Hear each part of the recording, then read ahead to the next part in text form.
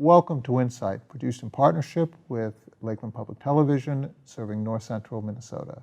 Today we are chatting with Paul Welle, chairman of the George W. Neilson Foundation. Paul has generously agreed to share some of his experience with us. I'd like to thank you, Paul, for joining us today. Thank you. Good to be with you. So you are, the foundation is a big philanthropic investor in the community. Talk about the scope of your investments as an introduction to the foundation, and then let's talk a little bit about the history of the foundation. But what do you invest in this area? Yeah, we try to keep it basically as simple and as broad at the same time. So we try to reflect the community. Our strategy is to keep our overhead as low as possible. We have a part-time executive director and then 5 trustees. And so we're not an operating foundation, so to speak. We don't have staff that operate a particular program, because we feel that Bemidji is very special in that there are so many people that are involved in nonprofits and doing things for the community. We want to support that. Bemidji has also grown quite a bit over the years, and there's a number of nonprofit services that didn't exist when our foundation really got going. And so we've contributed to a number of facilities that have made a difference in our community. This being one of them, building for public television. These studios, Lakeland Public Television, was one of your investments. Right. How do you make the decision to invest in a particular project like Lakeland Public Television? How do you ensure that your investment actually has the impact that you intend? Yeah, of course, being local people, we're focused on Beltrami County and just a little bit east of here in Cass Lake. And so it's a community that we're pretty familiar with, and who the people are, and who's really invested in our community in terms of long-term goals and knowledge about what the needs are in the community. So it's been, we didn't need a staff person to kind of research who these people are. Typically we know who the board members are and who the staff, the different nonprofits, and so basically reflects the needs of the community, and we rely on them, so to speak, to come forward, because we don't have a particular, right now, actually our two of our main strategies are economic development and chemical dependency and jobs.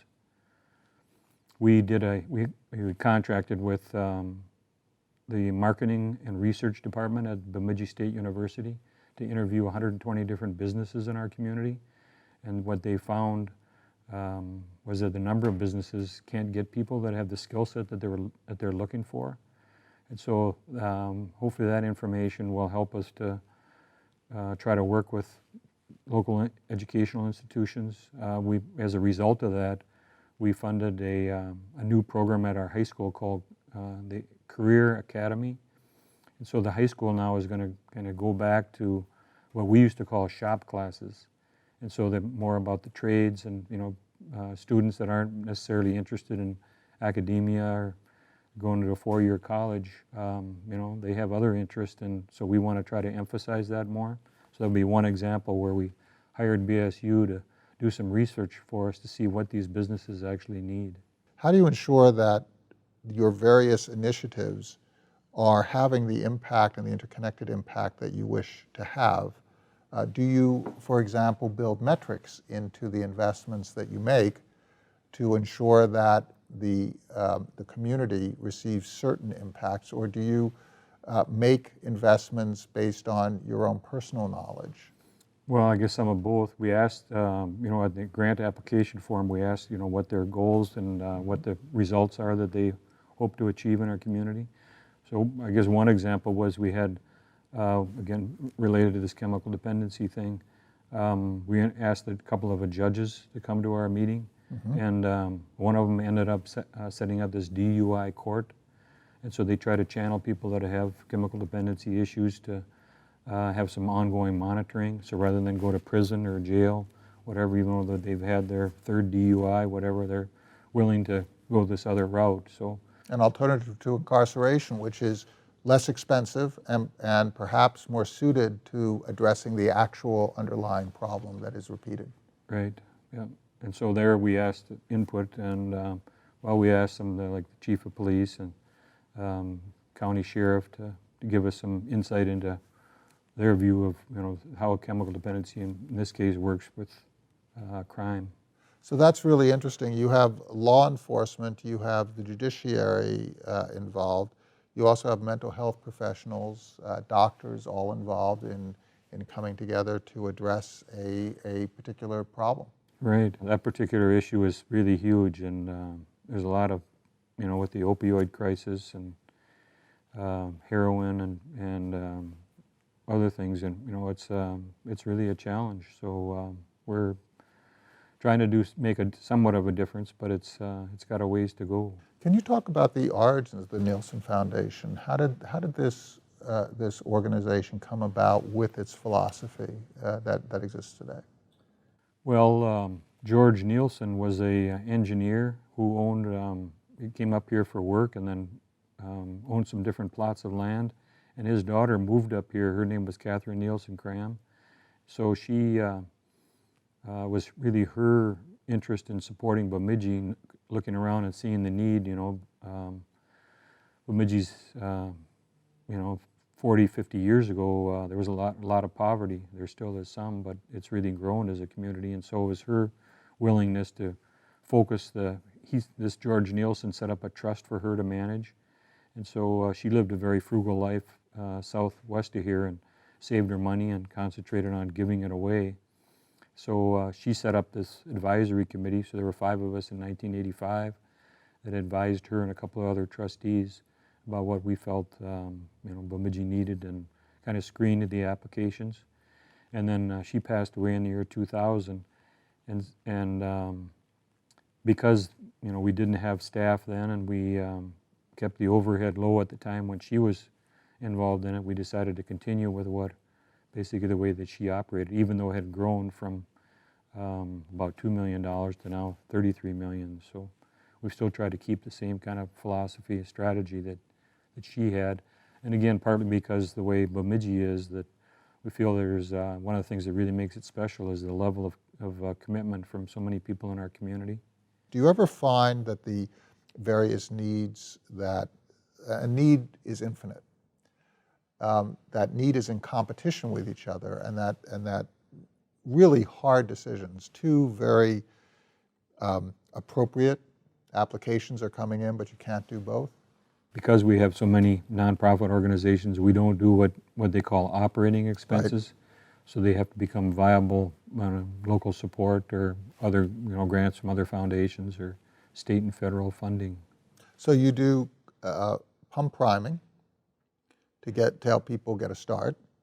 You do capacity building. People who have a start might need to grow and might need some temporary help as they're growing.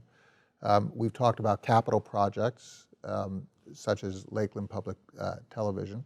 Are there any other kind of grants that you do? For example, when an organization might be in crisis that you view as temporary, would you make a grant under those kinds of circumstances, or is that also like operating outside of the purview of your grants?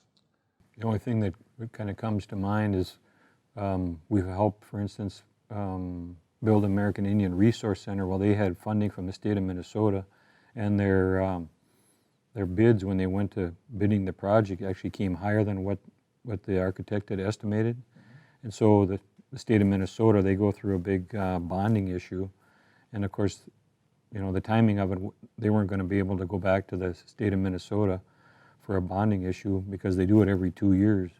And so they had to come back to our foundation and say, we either get the rest of this money to complete the project, otherwise it's probably not going to get done. So I guess that kind of crisis, I guess other ones don't really come to mind other than the usual needs to get things done. They have a need to accomplish something that's either going to change the scope of an organization or change a focus or add a service, So the Boys and Girls Club that started a number of years ago, they've had different programs.